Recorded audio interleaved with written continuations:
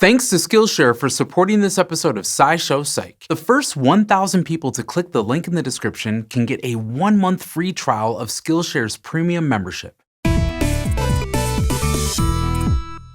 Sound, sight, smell, feel, taste, and other senses do more than tell us what's going on in the world around us. They can make us feel things, like emotional things, not just texture and heat. And in our minds, these senses aren't always so distinct. One sense can blend into another. In the end, everything we know is just our interpretation of reality. How do we even know that I'm speaking right now? Our minds are totally capable of making that kind of thing up. Here's how that works. So there's a thing happening on the internet that you might have seen. Viral GIFs, or GIFs, no one's decided for sure yet, that seem to have a sound. They're silent, like all GIFs, but if you're one of the many people that experience a phenomenon known as VEER, you might have heard them. VEER stands for Visually Evoked Auditory Response. It's only recently been identified in a paper published in 2017. Though initially VEER flew under the radar, it got launched into the spotlight in December of 2017 when a GIF of a bouncing electrical tower went viral on Twitter. We'll stick it in the description for you to see. According to the highly unscientific Twitter poll alongside said tweet, a majority of respondents perceived sound from the GIF as the tower hit the floor. That's a pretty sizable number. Of course, there's always the possibility that a lot of people were just going along to feel included, but then again,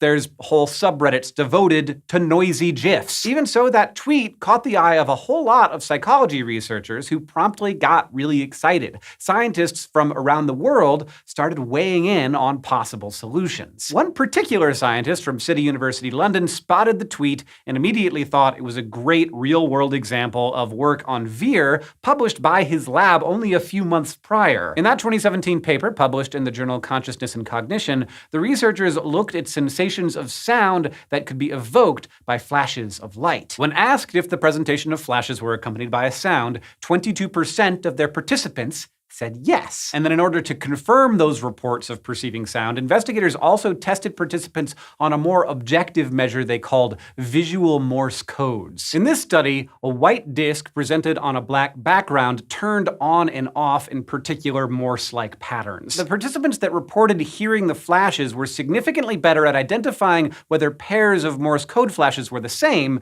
than those who were unable to hear flashes. Those that heard the stimuli seemed to be turning the visuals into auditory information, which stores timing way better than visual information does. Kind of like an audio cheat sheet that other participants just didn't have access to. Harnessing the power of the Twitter storm, these researchers started talking to news outlets about their theory. And at the end of articles interviewing them, many outlets provided a link to the researchers' new study investigating the phenomenon. All in all, they got over 4,000 responses from around the world about just how people experience the supposed sounds these GIFs were making. The data showed that videos depicting situations with a lot of movement energy or predicted loud sounds, like a car crash, were most likely to trigger VEER. And though they didn't have tests good enough to measure it directly, the researchers suggested that VEER may be a kind of synesthesia. Synesthesia is a crossing over of senses. When one sensory modality, like hearing, is stimulated, those with synesthesia might perceive something in a different, unstimulated sensory modality. They might associate certain types of music automatically and reliably with certain colors or patterns, for example. There are a lot of different types of synesthesia, everything from sensing particular personalities from numbers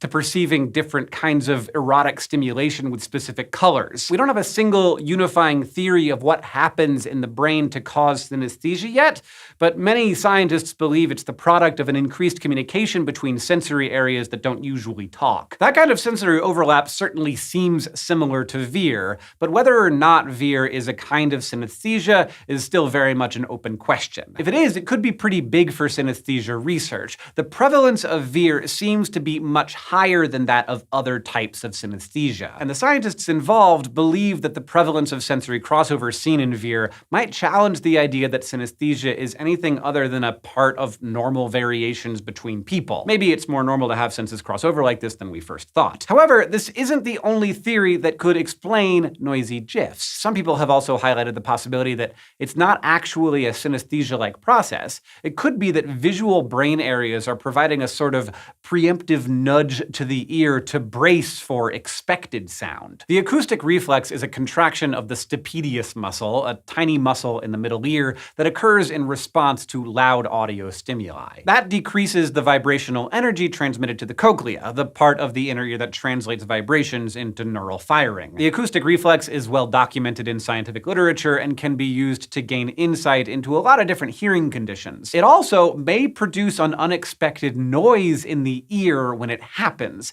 since it pulls the inner ear into a slightly different shape. So it might be that the acoustic reflex isn't just responding to the sound happening, but being prompted by the visuals predictive of a loud noise. That would explain why research has found that videos showing situations predictive of loud noises trigger veer. The brain might be preempting a sizable sound and is letting the ear know, like, hey, it's about to get real loud nearby. While we haven't nailed down the exact mechanisms behind veer or why some people have it while others don't, research is still ongoing to find out. What is clear, though, is that we've only scratched the surface when it comes to decoding the complex ways our senses interact. That and sometimes tweeting about weird stuff results in actually advancing science. GIF? GIF? Fungi? Fungi? We haven't collectively decided how a lot of these things sound. We read it and come up with an idea of how we think it should sound, but different people have different and very firm beliefs about that sound. But how strong would you feel about a sound you can't hear or a sight you can't see? Sometimes, individuals without sight as we know it can still process visual information. Here's Britt to explain how that works. Most of the time, physical blindness is like a blindfold. It keeps people from taking in visual signals at all. But there's a surprising exception to that rule. In some rare cases, people can lose their vision but still respond to visual cues, except they do it subconsciously. In other words, they can see without knowing they're seeing. This condition is called blind sight, and not only does it shed light on how vision works, it also offers some clues to human consciousness. The first person to observe blind sight was a grad student in the late 1960s who was working with a rhesus monkey named Helen. Helen's primary visual area, known as V1, had been surgically removed so scientists could study that region's role in vision. Generally speaking, whether you're a human or a monkey, damage to V1 makes you blind. And as far as anyone could tell, Helen could basically only tell apart light from dark. But the grad student noticed that if he held up a piece of fruit, Helen would look at it and reach to grab it. She could also navigate through obstacles to eat crumbs off the floor. So at times, she seemed to act like any monkey with typical eyesight. But other times, like when she got upset, she'd still stumble around like she couldn't see. So in some ways, she was clearly blind. Of course, Helen couldn't tell anyone what her experience was like, so no one knew for sure what was going on, until a similar thing showed up in human patients. In one famous case, a patient known as DB had brain surgery that accidentally damaged one side of his vision center, so he could no longer see anything to the left of his nose. But a researcher noticed DB would reach for things outside his field of vision, as if he could actually see certain things in his blind spot. So a team of researchers came up with an unusual experiment. They would shine a circle of light into his blind spot,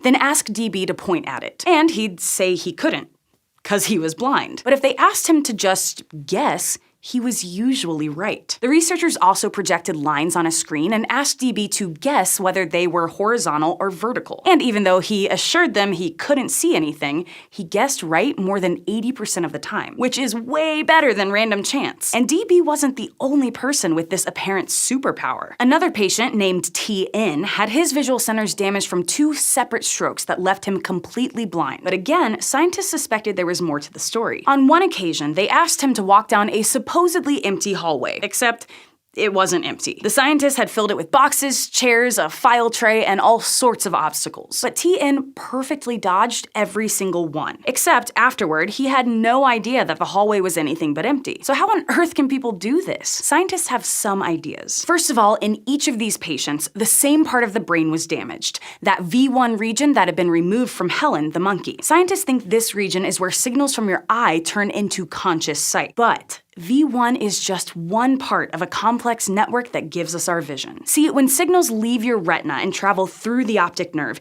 they don't go straight to V1. Their first stop is a part of the brain called the thalamus, which is sort of like a relay center. From there, most visual signals go on to V1, but two other paths lead signals to different parts of the brain, the amygdala and a region called HMT+. The amygdala is involved in emotional responses, like when you're scared, and it acts subconsciously. So, for example, you can react to something scary even before you've consciously understood what you're reacting to. Like if you open your apartment door and find a crowd of people inside, you might jump before realizing it's a surprise party. In other words, even if the signals going to V1 hit a dead end because it's damaged, the amygdala is still getting visual signals and responding to them, even when you're not consciously involved. HMT Plus is another part of the vision system that tracks movement by picking up on things like change and contrast. It also gets signals from the thalamus, and scientists think people may be able to register where things are moving in their visual field, even though it can't see the thing that's moving. Those are two possible ways people might be able to see when they're blind. But it is possible there are simpler explanations. For example, humans rarely have V1 completely damaged. And, like DB, they usually have vision in at least part of their visual field. And in some cases, maybe patients are able to make accurate guesses because of light scattering to the parts that can see. There are also some people with blind sight who report seeing something, like waves or shadows, and these things might influence how they answer. But many patients are just as surprised by their abilities as the experimenters. The idea of subconscious signals influencing people's behavior isn't new, though. We've known about unconscious perception for decades. Scientists have recorded many examples of people reacting to images or words that flash in front of them too quickly to register consciously. But one of the interesting things about blind sight is it shows that our conscious experiences are just a small part of the work our brains actually do. No one knows what makes us conscious, or why we experience life instead of just going through the motions like a robot. But research on blind sight gives us an unusual window into this problem. It shows us that certain brain regions seem to be responsible for our conscious experience of vision, and it also tells us that in a lot of ways, vision can work unconsciously. Just a sequence of input and output. Which brings up an unsettling question. If blind people unknowingly respond to things they don't see, what about people who can see? Do they also respond to things they're not conscious of? They almost certainly do.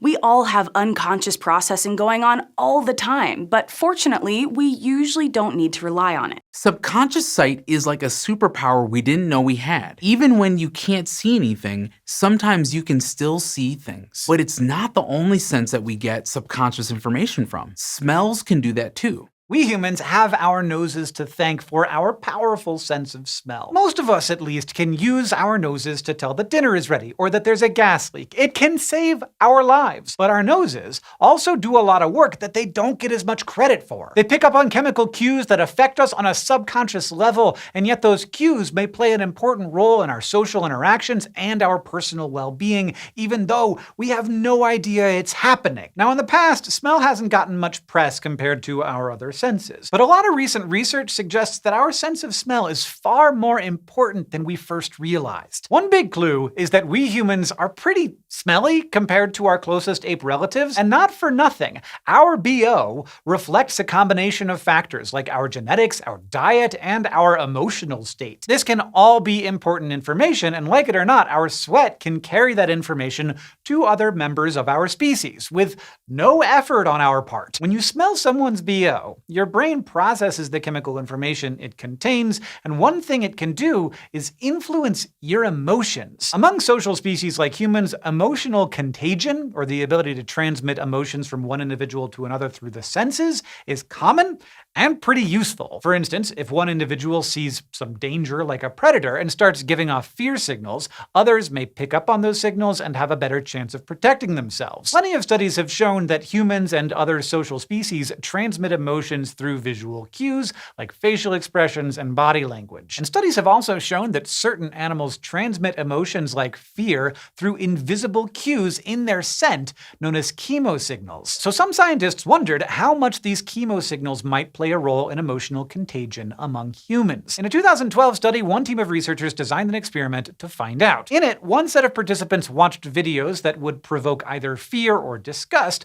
while wearing sweat pads in their armpits. Afterward, a second set of participants were asked to smell those sweat pads and the experimenters recorded their emotional state. Conveniently, the emotions of fear and disgust tend to provoke opposite physical responses. When you're scared, your body will typically try to take in more sensory information, so your face will open up as you breathe more deeply and scan the environment with your eyes. On the other hand, when you are disgusted, you'll generally reject sensory information. Like you'll walk past a row of porta potties and you'll scrunch up your face and take really shallow breaths and look around less. Now, these reactions aren't always super visible to the eye, but by monitoring their eyes and facial movements, the researchers could tell which facial muscles were activated in each person and which emotional state their expressions reflected. And the authors found that participants who sniffed disgust sweat tended to display disgust, which, seems like a normal reaction when you're sniffing sweat pads, but also those who sniffed fear sweat would also display fear. And that's even though they had no visual or other cues to suggest those responses. What's more,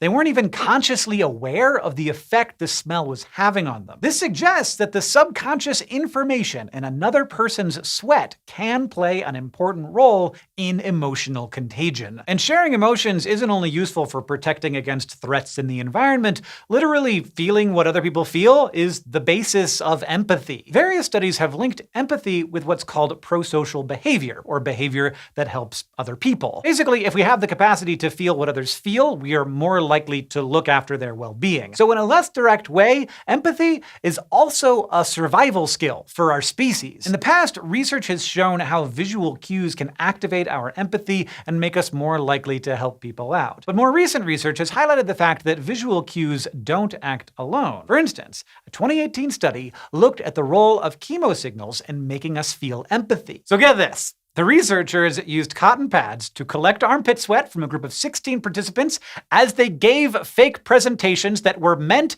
to intentionally stress them out. Then the researchers had a separate group smell those cotton pads while looking at pictures of people in different situations. In some pictures, the people were in pain, while in others, they were doing something neutral. And as the participants looked at the pictures, the researchers used an EEG to measure the levels of specific brain waves that correspond with empathy. And they found that when the subjects looked at pictures of people in pain, they had the most empathetic response while they were smelling sweat that contained stress signals. In fact, even when the subjects looked at neutral images, they tended to have an empathetic response if they smelled the sweat with stress signals. They concluded that emotional contagion through smell has a strong influence on our empathy and can sometimes even override what we see. Scientists still don't know exactly what chemicals act as chemosignals, so there's still plenty of research to be done, but what studies so far have shown is that these signals that we take in subconsciously are a really important part of our lives. And we have BO to thank for the role that it plays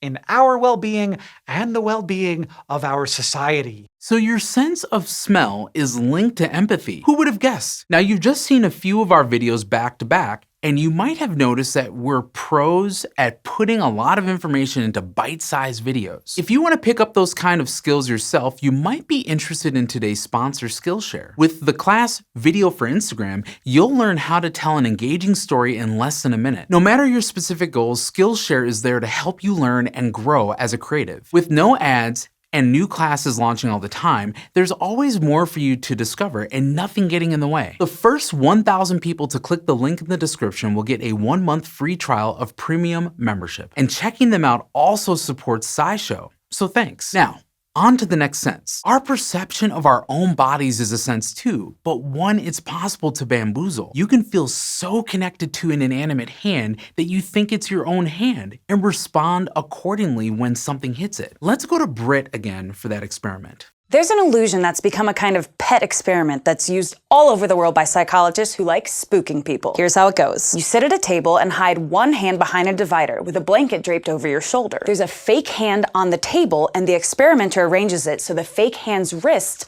looks like it's connected to you. Then you watch the fake hand as the experimenter strokes both your hidden real hand and the fake hand in exactly the same way. After a few seconds, you start to get the sense that the fake hand is actually your own. And that's when the experimenter grabs a hammer and whacks the fake hand with it, which makes you recoil in panic. And yeah, it's kind of mean, but this illusion has actually turned out to be super useful. It's helping programmers create better virtual realities, and it's also being used in medical treatments. The trick is called the rubber hand illusion, and it was first published by a group of researchers back in 1998 when they discovered that if your real hand is hidden, you can convince your brain to adopt a fake hand as your own. And there's a good reason why your brain just misplaces a part of your body you've known and loved your entire life. It has to do with multi-sensory integration, when your brain takes information from all of your senses and puts it together to create one cohesive picture of the world. Usually, your brain can do this really well, and your perceptions are pretty accurate. Sometimes, though, the process can go wrong,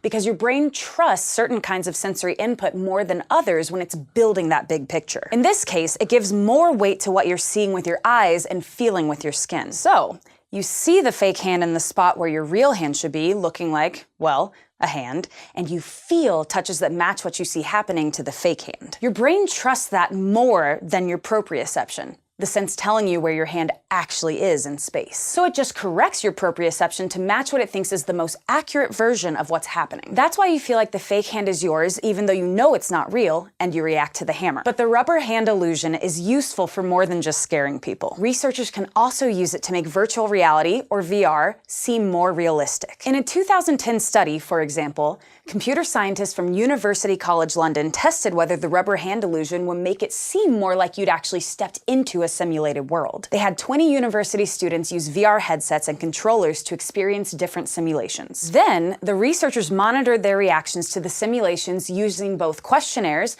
and what's known as galvanic skin response, which measures the intensity of your emotional responses based on how much you're sweating. They found that when the simulation included virtual arms that were in danger of being injured, the players' alertness spiked. They were bracing their own bodies for impact, as if they were actually about to be hurt. But they didn't tend to brace themselves that way when the simulation just had plain arrows instead of virtual arms. Since this was a small study, there's still a whole lot we don't know about how the rubber hand illusion applies to virtual reality. But the experiment has been replicated by other researchers since then, with similar results. Studies like this could pave the way for new techniques and hardware for more realistic simulations. And that would be useful for more than just awesome video games. Realistic, immersive simulations might also help people in physical therapy, since you can have patients try exercises in ways that would be impossible in the real world, if you set up a simulation with less gravity, for example. And a version of the rubber hand illusion is already being used in another kind of therapy called mirror box therapy. It's used to treat phantom limb pain, where people feel pain from a limb that's been removed, as though it's still a part of their body. Phantom limb pain is especially hard to treat because there's nothing there. Mirror box therapy uses a box with a mirror on it set up to reflect the patient's remaining limb in a way that makes it look like the missing limb is actually there. As the patient looks at the reflection, they do stretches and exercises with their remaining limb. Their brain reads what they're seeing in the mirror as the missing limb moving, stretching, and generally being healthy, and turns off the painful alarm bells. Dozens of studies have tested mirror box therapy, and they've found that it does work. So the rubber hand illusion may be a weird cognitive flaw, but by exploiting it, we can create some amazing virtual worlds and hopefully help people with rehabilitation and pain too. Your brain trusts your sense of vision more than your sense of touch, and it's a subconscious preference. We seem to have a lot of subconscious responses to food. Here's another one. Fast food was invented to help us keep up with our fast-paced world, but it's also had some unintended psychological consequences. By putting us in a hurried mindset, fast food can make us more impatient, and not just in a drive-through line. It can influence our choices in situations that don't have anything to do with food. And the weirdest thing is, it can alter your behavior even if you're not eating it. Just the fact that it's out there can change your brain, unless you know how to counteract its effects. Now, to psychologists, impatience isn't just not having any patience. We become impatient when we have a goal, but we find out it's going to cost us more time or effort than we originally thought to reach it. And that's not always a bad thing. Impatience can motivate us to act either to switch goals or to remove obstacles to them. Like if you're stuck in surprise traffic and need to find a new way home. But it can also cause us to act impulsively and irrationally. So maybe, instead of finding a new route, you might start honking at the cars in front of you. Overall, this side of impatience can make us agitated and less happy. And fast food can be part of the problem. Psychologists and other researchers have discovered 3 big ways our instant nuggets and dollar tacos are intensifying our impatience. The first involves a phenomenon called behavioral priming. This happens when exposure to a stimulus influences a person's behavior, often on a subconscious level. Researchers tested this effect in a 2010 study published in Psychological Science. They primed participants by flashing fast food logos from restaurants like McDonald's and KFC on a screen for 12 milliseconds. That's 8 times faster than the blink of an eye, and faster than subjects' brains could consciously register the images. Still, the researchers found that this unconscious exposure to fast food symbols ramped up participants' reading speeds by 17%, even though the reading test was untimed. And a different experiment from that study found similar results. So just thinking about fast food made people more likely to speed up. Another study found that fast food also heightens our impatience by making it harder for us to stop and smell the roses. Or the French fries, I guess. In 2013, researchers looked into whether fast food makes people so impatient that they're less able to savor life. They gave participants a survey that assessed their ability to savor experiences. Then they calculated the ratio of fast food restaurants to full-service restaurants in each participant's neighborhood. They found that people who lived in areas with high concentrations of fast food were less likely to savor their experiences. And while more research needs to be done on why, the research team hypothesized that it's the, fast part of fast food. That reminder about hyper-efficiency may keep us from slowing down to appreciate experiences, which might indirectly affect our happiness too. Finally, it turns out that this impatience might not just have an effect on our emotional well-being, but maybe also our finances. In a study published in the Journal of Personality and Social Psychology in 2013, researchers investigated whether fast food made people more financially impatient. Essentially, that means people lost the patience to save money for a rainy day. And in this study, they did. The paper found that the more fast food restaurants a person was surrounded by,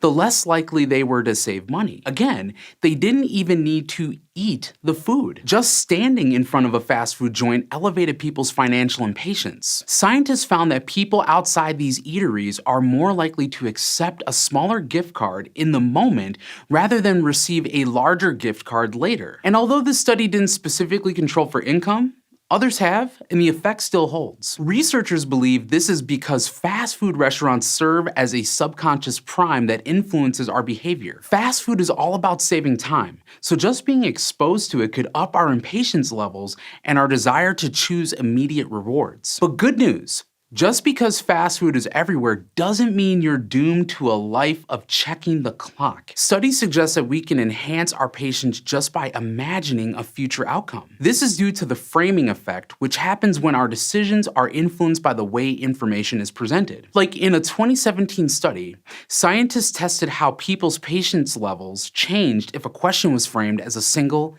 either-or decision, or as a sequence of choices and consequences. That's called sequence framing. So, when participants were asked whether they wanted to get either $100 that day or wait 30 days for $120, they were more likely to choose taking the money immediately. But when participants were asked whether they'd rather have $100 tomorrow and $0 in 30 days, or $0 tomorrow and $120 in 30 days, they were more likely to choose the delayed payment. That's because the sequence framing in the second scenario helped participants imagine all the choices and consequences, what it would be like at every step in the timeline. And that made them more patient for the positive outcome. So, of all things, imagination may be our best weapon against impatience, especially of the fast food variety. So now we've touched on the psychology of each sense, but maybe not, because contrary to what they told you in elementary school, the 5 senses don't necessarily encompass all of our senses. The Greek philosopher Aristotle used sensory experiences and body parts to propose that humans have 5 senses. And you've probably heard of them before: sight, smell, touch, taste, and sound. But almost as soon as he proposed them, people noticed things that didn't fit the bill. Like when you feel hungry or dizzy. Do you sense that through one of the 5 senses, or is that a separate sense? Scientists have debated how many senses you have for over 2,000 years, because it all comes down to what we consider a sense? Scientists classify senses by distinguishing between sensation and perception. Sensation is all physical. It's just the body detecting a piece of sensory information, what scientists call a stimulus. And perception is organizing and interpreting that stimulus. So a perception is what we are consciously aware of. For example, if you touch a cat, your skin can sense its fur, and as this information gets processed by the brain, you also perceive its softness. So basically, sensation is all about the body, perception is all about the brain. Neurons sense with tiny receptors that translate and transfer the electrical signal generated from physical stimulus, like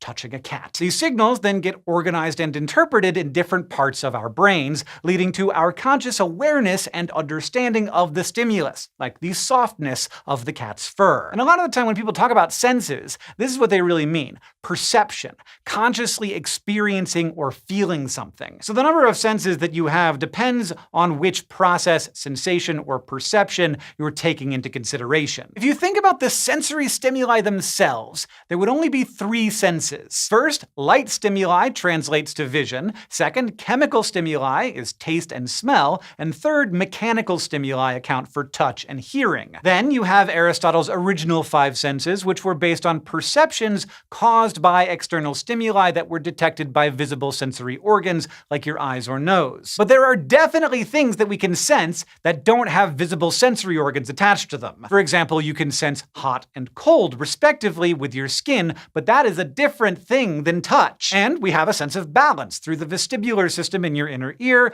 which is a detection of motion and spatial orientation. So a definition requiring external stimuli starts with these original 5 and adds temperature and balance for 7 total senses. But we can also feel things that aren't coming from the outside, like pain, which is another sense. And of course, the source of pain can be from something external, like a bump or a cut, but sometimes it's a stomachache or a headache with no external cause. There's also proprioception, which lets you sense movement and where your body is in space. That lets you judge things like how flexed or extended your limbs are while doing things like walking. If you close your eyes and let someone move your body around like a doll, you will be able to describe exactly how you are positioned without looking, because we can sense the angles of our joints and the length of our muscles. So 7 external senses plus pain and proprioception brings us up to 9 total, and 9 is the favorite answer for a lot of neuroscientists. But some people also add a general category for internal states like hunger, thirst, or needing to use the bathroom. So that's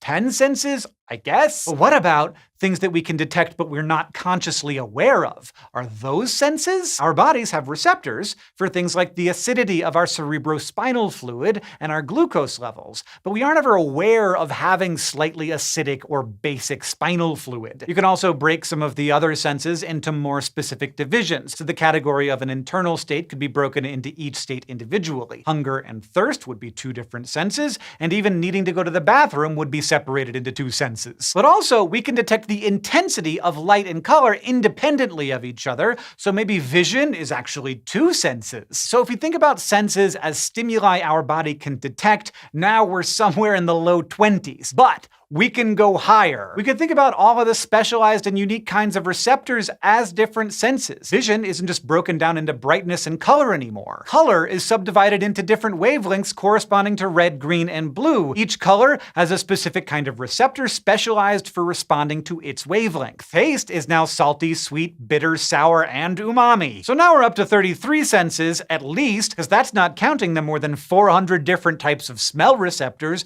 or each individual auditory receptor that corresponds with a different pitch. So now we've all lost track, but I think we're in the thousands of senses, and that's just in us humans. Other animals like migratory birds can navigate using the magnetic field of the Earth. But ultimately, this question is not how many senses you have, but what a sense is, which comes down to perception, or how you make sense of the world surrounding you, which goes way beyond more than just the original 5 senses. It's not as cut and dry as we used to think. For something that seems so physical, there's a lot of psychology to how we take in the world around us. Thanks for watching this episode of SciShow Psych. If you'd like to keep learning about your sense of sight, you might enjoy another compilation about how you see colors.